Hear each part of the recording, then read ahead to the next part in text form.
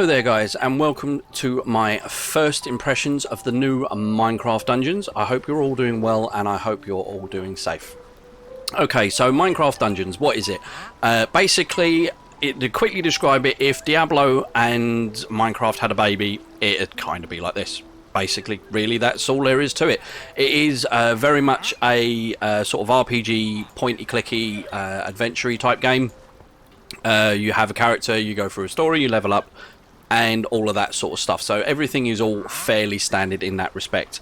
Now, the story itself is pretty good. It's pretty fun. The lady that does the voiceover is, it does it very, very well. The animation is good. I'm not going to show any of it because I'm desperately trying not to put any spoilers in here. But yeah, so that side of the game is fun. The little missions that you have to do and all the rest of it is good. It's fun. And that is basically about the level of... I hesitate to use the word the good points that I can put to this game, but it's for me, it's not good. It really, really isn't. I am, just to give you a little bit of a context to where I'm coming from here, I have been gaming a very, very, very, very long time. I played the original Diablo when it first came out. I played Diablo 2 when it first came out. I played Diablo 3 when it first came out. I have played all three of those extensively. I've also played various other games, like back in the day, Nox was another game of that particular genre. Van Helsing is another one. So, I've got a fairly good background with these sort of style of RPG games. And honestly, as it sits right now, Minecraft Dungeons falls short. Now, there are various reasons for this. I'm not just hating on the game for sake of hating it, and I'm not even hating it. But as someone who pre-ordered this game, and I paid £25 out of my own pocket to get it, I'm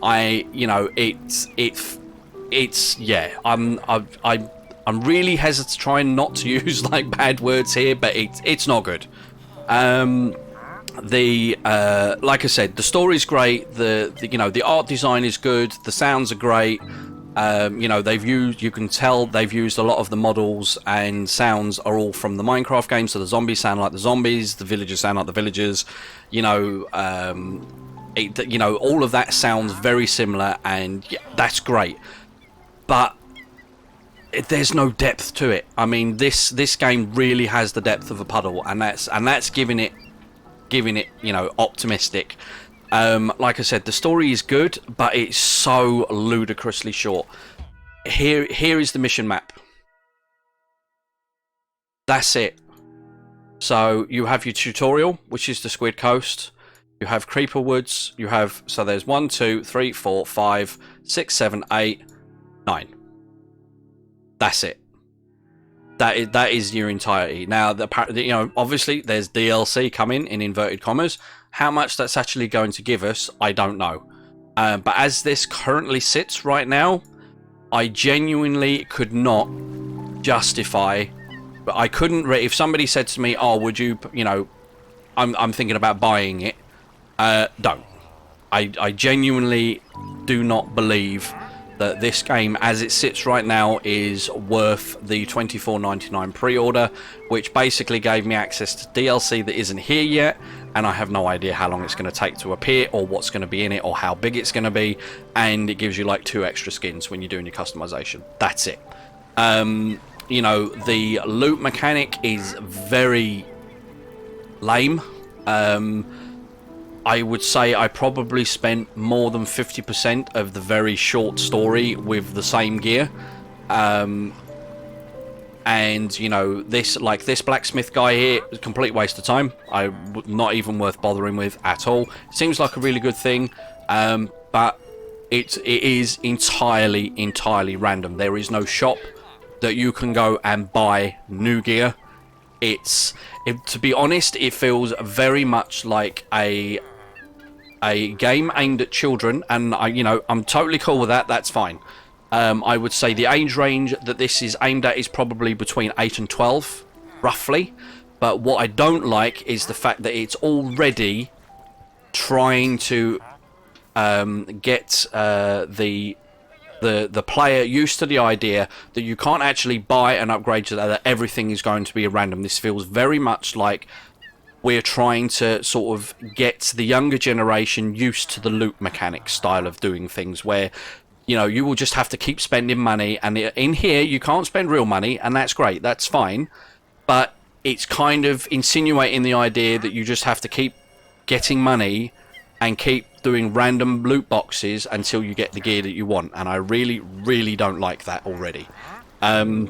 There is no way of purchasing equipment, there is no way of purchasing gear, there is no mechanic for that in this game whatsoever. Everything is entirely random, and it's bad. It really, there is no other word for it. It's bad. The way that they've gone about this is all wrong. I really, really am not a fan of trying to basically instill into the younger generation the idea of random loot mechanics is how games should be operating. That is really, really not good. Moving on from that, so if we switch over to the loot real quick, you can see obviously this is your character inventory screen. It's basically breaking down into, your weapons are broken down into two categories. You've got melee and you've got range. So at the minute, as you can see, I've got a unique Gravebane sword, and in the bow I've just got a bog standard crossbow. There are obviously different variations, so you can get ones that fire slower but do more damage. You do ones that fire faster, have more ammunition but do less damage. You get the idea. It's basic standard RPG stuff. You get two-handed swords, you get axes, you get pickaxes. Obviously a lot of it is all tailored to suit the Minecraft graphic, and you can get like a golden like a diamond pickaxe, for example, as a weapon, and stuff like that. So those are basically your two options. Armor is basically, that is it. You just have armor, and there's different styles. So you have different ones, like I haven't actually got, I thought I kept some for the videos, but there's ones that have, like, there's ones called thief armor, there's ones called I think it's called grave robber or something, that basically increases your soul gathering ability and stuff like that. So, and that is basically it, and they give you a power rating, which are these little numbers here, so 26, 28. There's no stat numbers, so you can't compare stats. So you can't say, for argument's sake, that has got, it's all very basic. It's on a slider bar. That's kind of it. You don't really get much detail in that respect, which is fine. It's a more basic game that I would say would if it wasn't for the loot mechanic side of things, would be a very good introduction for to get the younger generation into RPG stuff like Diablo and all of that, and all those style of games further on. It's a great start. However, where it lets it down is you can't just go in and buy weapons and stuff. Everything is completely random and you have no control over it, and the game basically encourages you to just keep spending money to get the better loot, and that's it. It's, with regards to weapons, like I said, this blacksmith guy here, don't even bother. You don't even get these two at the beginning of the game. These two aren't here. You unlock these as you progress through the really expansive 9 missions that you have to play, and these will unlock. You unlock the blacksmith first, and you unlock the wandering trader later.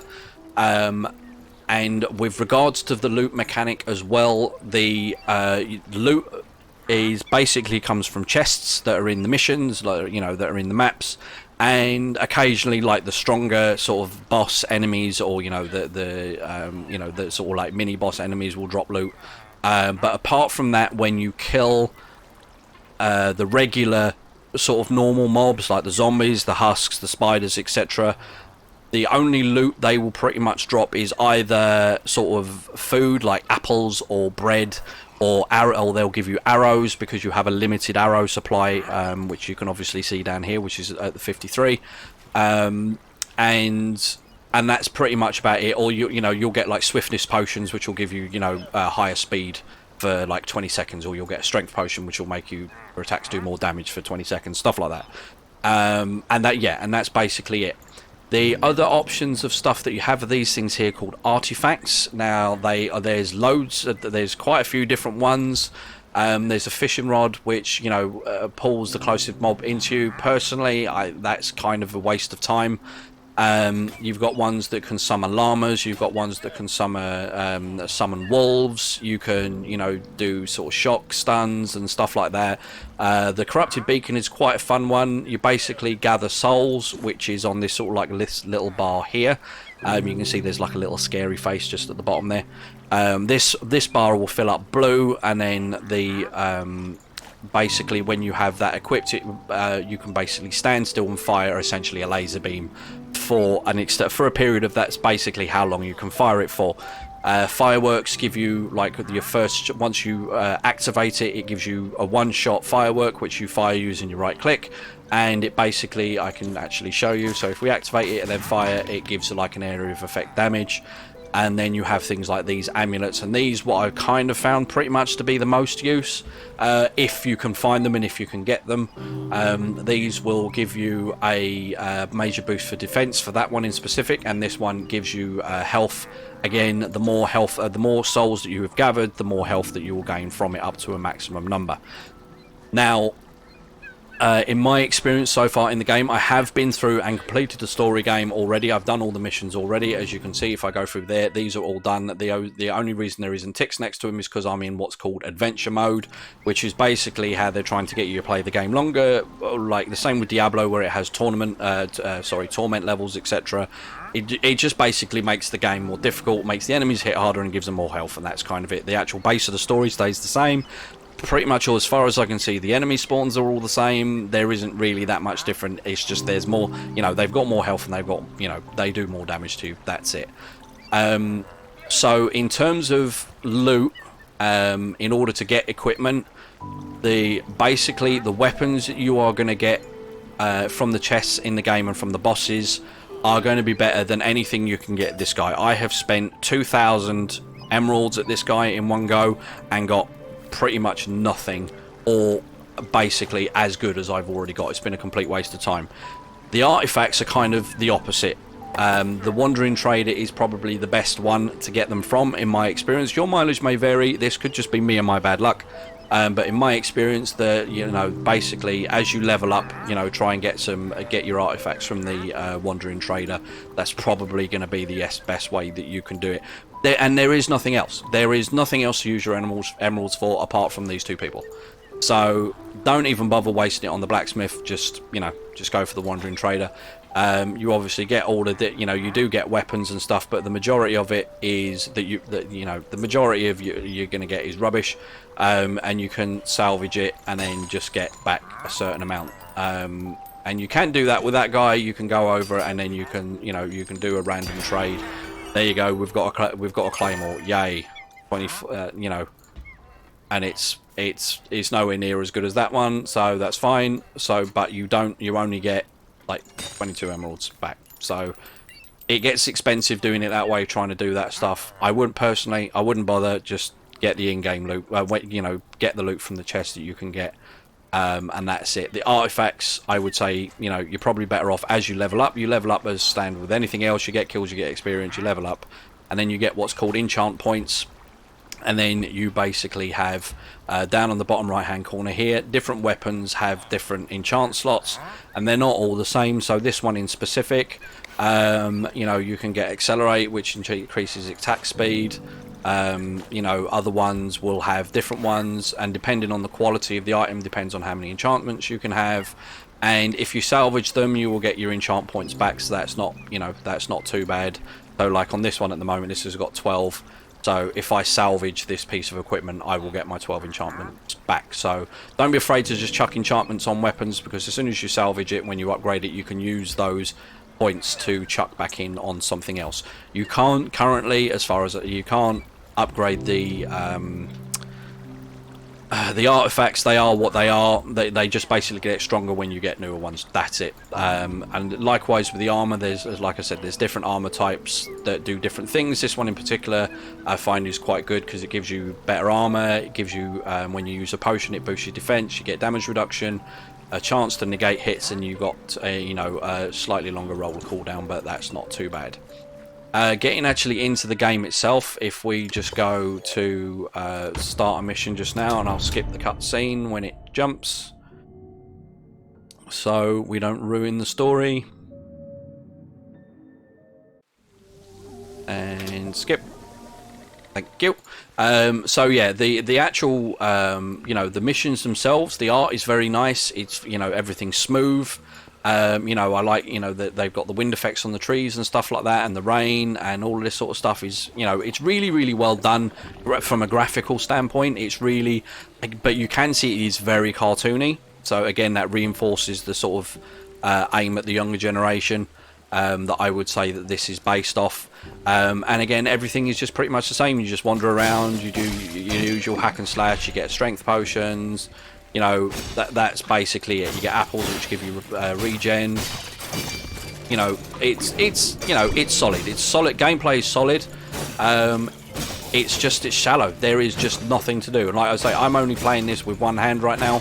The only time you ever, like, you know, what usually, like in an RPG, you know, you'll have your fingers hovering over the hotkeys for your special abilities and your heal. And until you actually come up like against a boss character, that's not really needed. Or there's, you know, certain aspects where they've absolutely, you know, thrown so many mobs in that you can't click fast enough.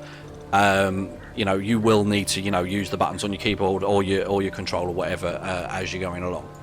Another one of the things that is good is you have lives, so you don't, if you die, you don't die, period. But also, you don't know how many of those lives you have.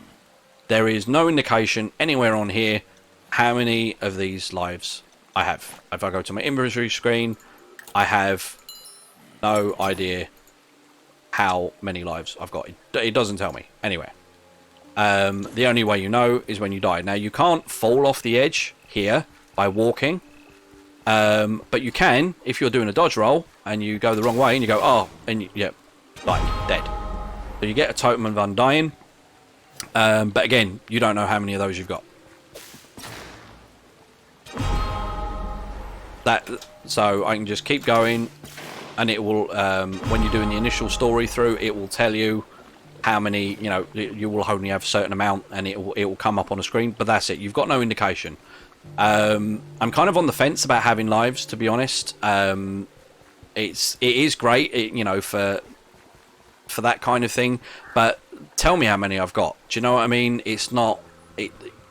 I don't understand why, if you're going to put something like that in the game, you kind of want to know how many you've got. To, you know, if you think, oh, well, I'm going to try this, I've got an extra life, it'll either work or it won't. And also, this particular mechanic with the not being able to walk off, but you can accidentally roll off it and things, you can actually get knocked off edges as well. There's one boss in particular who you know, I'm not going to show it to you, but there's one that the boss in and of himself is not particularly hard, but the terrain that you have to deal with whilst you're fighting him is what gets you killed, because you get stuck on random little corners of things. Your character's pathfinding goes a little bit wonky, or you will roll and fall, you know, you will roll and fall off of edges, or he will knock you off an edge. You know, stuff like that. It makes it difficult, but not in a good way. It makes it annoyingly difficult. I've got no issue with difficult, but when it's difficult because it's annoying and it's being stupid and it's not, it's, you know, it's the terrain that's causing you an issue and it shouldn't really be doing so. You know, if it's the terrain because there's traps, that's different. But when it's basically your character just trying to move around on a block, and you know, it affects your arrows as well. If you're trying to fire up at things, sometimes it won't target the character properly, and you'll just be firing your arrow, as you can see, into there. It'll just fire it into a wall. You know, the random things like it catches on fences and things like that. So if something was stood behind the fence, it will hit the fence and it won't hit the character. If you're, you know, if you're down very slightly too low, it is very finicky in that respect. You know, you get TNT. Certain enemies will, you know, you can get like TNT drops, as you saw I had just then, and you basically get a TNT block that sits above your head. And that will basically takes over your right click spot, or whatever button on your controller is you fire your arrows, and it will basically toss the TNT in the direction, or where you've pointed your cursor. And again, be careful with the TNT because it does bounce, and it will bounce off things like these posts, and, you know, random walls, or if it clips the slight little corner of something, it will bounce off, and it has quite a large stats area of effect, and it will actually hurt you a lot if you get caught in the blast as well. So just be careful when you're doing it. A lot of the time I find it best to just like throw it away somewhere, like off an edge where it's not edge, because half the time it ends up doing more damage to you than it does to anything else.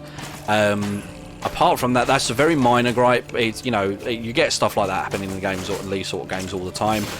You know, none of them are perfect. They've all got these little idiosyncrasies with that sort of thing, and it's fine. You know, I'm not hating on the game for that. But given how much they're expecting you to pay for this game, like if you didn't have Xbox Game Pass or the, you know, the Windows Game Pass, whatever they're calling it now, you know, I would expect it to be a little bit more polished than this. Also, there's no depth in the maps either. So not only is the story very short, the maps give the illusion that, you know, there's a fair amount to do, but there isn't. You know, there's all, you know, you can see on the maps there's like little paths to go off and explore. Don't bother, because there's nothing there. Like, the only thing that it's there for is for extra enemies, and that's it.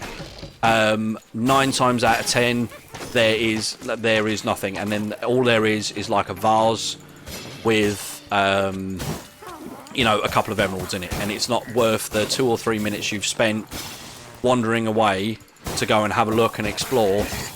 There's just nothing there. There is literally nothing there. And again, that annoys. Like, again, there we go. Now I've got 2 lives left, but I didn't know that until I died.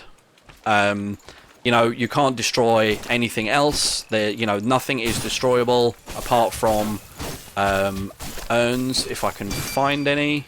Oh, here we are with the. Let's show you the TNT. So you can see it just caught the end of that step and bounced off. So you've got to be wary of that. It'd be nice if I could find an urn or something to show you what they look like, but it doesn't look like it's giving me. Oh yeah, there's that was a destroyable thing. But yeah, so it is very lackluster and very shallow. The loot mechanic isn't great. The story, you know, what's holding it up right now at the moment is the story, and even that only holds it up for a very short period of time. Apart from that, that's kind of it. So yeah, so first impressions, honestly, I would say if you have Xbox Game Pass and you can basically play the game for nothing, because, you know, obviously it's included in that, then I'd say, yeah, give it a shout. It'll keep you occupied for a couple of hours. It's fun. You know, maybe you could do a couple of runs with it. You know, if you've got younger children and, you know, you want to play some games with them, that'd be great. Then yeah, by all means, go for it. With regards to the actual spending of actual money, like the $24.99 for the pre-order and stuff, don't bother. If they, I don't know, because I've bought it, it's kind of hard for me to tell what it's going for at the moment. But if it's more than a tenner, I wouldn't bother. I have spent far less money on games on the likes of Steam and stuff, for games that are a hell of a lot longer, have a lot more depth, have a better loot system, have a better story, or, you know, a longer story than this. But yeah, it's £25 for a game that took me, probably if I'd sat at it and really tried, I could have probably finished in maybe 2 hours. That has a very suspect loot mechanic, you know, random loot mechanic to, you know, basically teach kids, hey, guess what, all you got to do is just keep throwing money at something and eventually you'll get something good, which is basically how these two figures here operate. Yeah, it's not, at this moment in time, it is a solid, I can't recommend this game apart from if you have it on Xbox Game Pass and you're basically paying nothing to play it. Other than that, I really wouldn't bother. If you're a content creator and you're looking to make some more varied Minecraft content, there is nowhere near enough depth in this. You would maybe, at a push, if you did like half 20-minute episodes, you might get a mini-series out of it. But that's it. You know, you're talking 5 episodes max, and you're done. I've got no idea when the DLC is going to drop, what's going to be in the DLC. But as it stands right now, as much as I was, you know, I was looking forward to this game, It has turned out to be quite a disappointment from me, and that could just be me. I've been spoilt by the RPG games. So like I said, I keep going back to Diablo. Games like that have got really long story. The Diablo trilogy. They've all got interlocking story arcs and stuff like that. So those sort of things are great, and that has probably spoiled me a little bit. So if you're coming into this genre fresh, this is a good little starter game for that, for sure. And for youngsters, like I said, again, apart from the suspect loot mechanic idea, but yeah, apart from that, if you are going to spend money, actual real world money, more than say like 10, like I'm obviously in the UK, a tenner, that is it max, and that's being generous, if I'm honest. And that is what I would expect to pay with the DLC as this game as it stands now. So that is basically the end of my first impressions. Obviously, if a lot more gets added, then I'll more than happy come back and review it and revisit it and see what's going on. But in a short rundown, very short story, very suspect loot mechanics with how to using the traders to constantly spend money to get stuff. No destructibles in the game. I mean, how hard is it to throw a few barrels here and there that you can blow up and maybe get a potion out of? There's 9 missions. It's not really that hard. I pretty much coasted through it without having to concentrate too much on it. If you're planning on getting it for kids, yeah, great. But from my perspective, I genuinely can't recommend this game. Obviously, if you disagree, by all means, chuck a comment down below, and we'll have a chat about it. But that is it from me. If you did enjoy this type of video and want to see more of this, specific thing, then by all means, hit the subscribe button and let me know down in the comments. I'll quite happily do some. I've got the Xbox Game Pass now, so I can do, have a look at some more games, from a different perspective. I always go into these games with a very open mind. Even though I have heavily compared this game with, the likes of Diablo, it's purely not for the actual game itself, but more the mechanics behind it. And, I go into games quite objective. I don't really I didn't watch any other reviews of this game. I just went in and I played it. So this is my honest first impressions from this game. I haven't watched anybody else do it. I'm not if I sound very similar to somebody else or to what a lot of other people are saying, I'm not parroting. I am literally, this is my first impressions, and if, by all means, if you don't agree, go and, check out some other YouTubers. I would imagine Wattles has probably done it. Iskall more than likely has probably done it. All the other guys that are on the Hermitcraft and all that sort of stuff. So, don't just take my word for it. Go and check out other people and see what they think as well. But that is all for me, guys. But I will say again, if you did like the video, don't forget to leave a thumbs up, don't forget to subscribe and hit the bell icon, and let me know down in the comments below if you want to hear any more, or if you want to just go into a discussion about the game and the mechanics, then I'm more than willing to do so. As from me, I'm done for now, guys. Have a good one.